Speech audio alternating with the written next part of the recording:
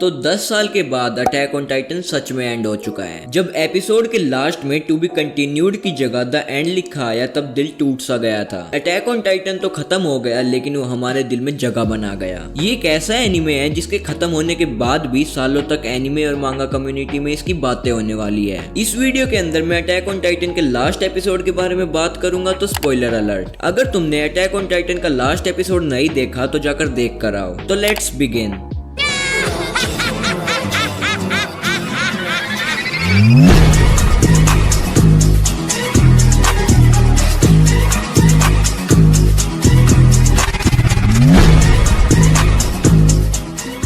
Last episode के अंदर हमें बहुत सारी चीजें बताई गई, जैसे कि एरन सभी लोगों से बहुत बार मिला था और उनके साथ बातें भी करी थी, लेकिन उसने अपनी पावर से वो सभी मेमोरीज लोगों के दिमाग से निकाल दी और जब एरन मरा तो वो मेमोरीज सबको वापस मिल गई। एरन ने आर्मिन को पहले ही बताया था उसने जो फ्यूचर देखा है वो कभी चेंज नहीं हो सकता और उसे 80% पॉपुलेशन को मारना ही पड़ेगा। एरन ने उसे बताया था रम्बलिंग बेस्ट चॉइस है वॉर और कन्फ्लिक्ट को खत्म करने के लिए, पर एरन का सैक्रिफाइस किसी काम का नहीं था। क्रेडिट सीन में दिखाया गया था कि ये दुनिया बहुत एडवांस हो चुकी है और बड़ी बड़ी बिल्डिंग्स बन जाती है, लेकिन इंसान कभी नहीं बदलेगा। एरन के सैक्रिफाइस के बाद भी फ्यूचर में वॉर होती है और पूरी दुनिया में डिस्ट्रक्शन हो जाती है। एरन ने वॉर रोकने के लिए सभी टाइटन्स की पावर खत्म कर दी थी, लेकिन पोस्ट क्रेडिट सीन में हमें दिखाया गया था जैसे पहले यमीर एक पेड़ के अंदर जाती है तो उसे फाउंडिंग टाइटन की पावर मिलती है, उसी तरह फ्यूचर में एक लड़का ऐसे ही एक पेड़ के अंदर जाता है। इससे प्रूव होता है हिस्ट्री विल रिपीट इटसेल्फ, मतलब इस बच्चे को शायद फाउंडिंग टाइटन की पावर मिले।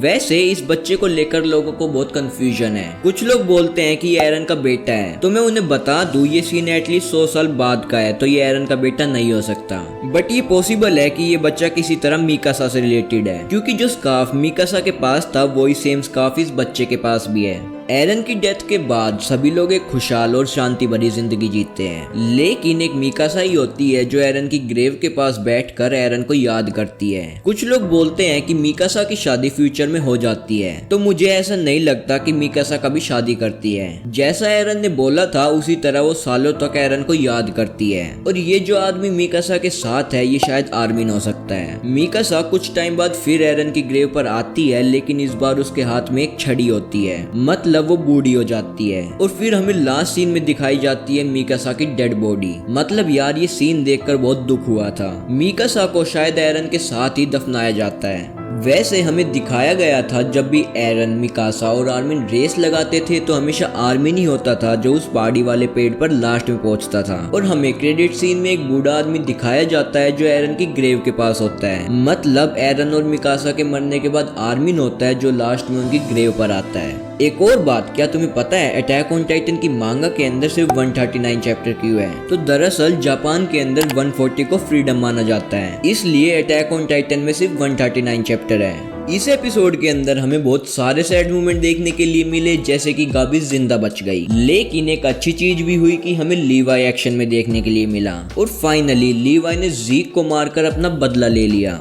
पर फिर भी ये मानना मुश्किल हो रहा है कि अटैक ऑन टाइटन सच में एंड हो गया। ये 10 साल का सफर खत्म हो चुका है। फिर भी मैं खुश हूँ कि एक ऐसे मास्टरपीस को एंड होते हुए मैं देख पाया। अटैक ऑन टाइटन ने बहुत लोगों को एनिमे की दुनिया में एंटर करवाया था और मैं भी उन्हीं लोगों में से एक हूँ। तो चलो इस मास्टरपीस के लिए एक आखिरी बार सब बोलते हैं।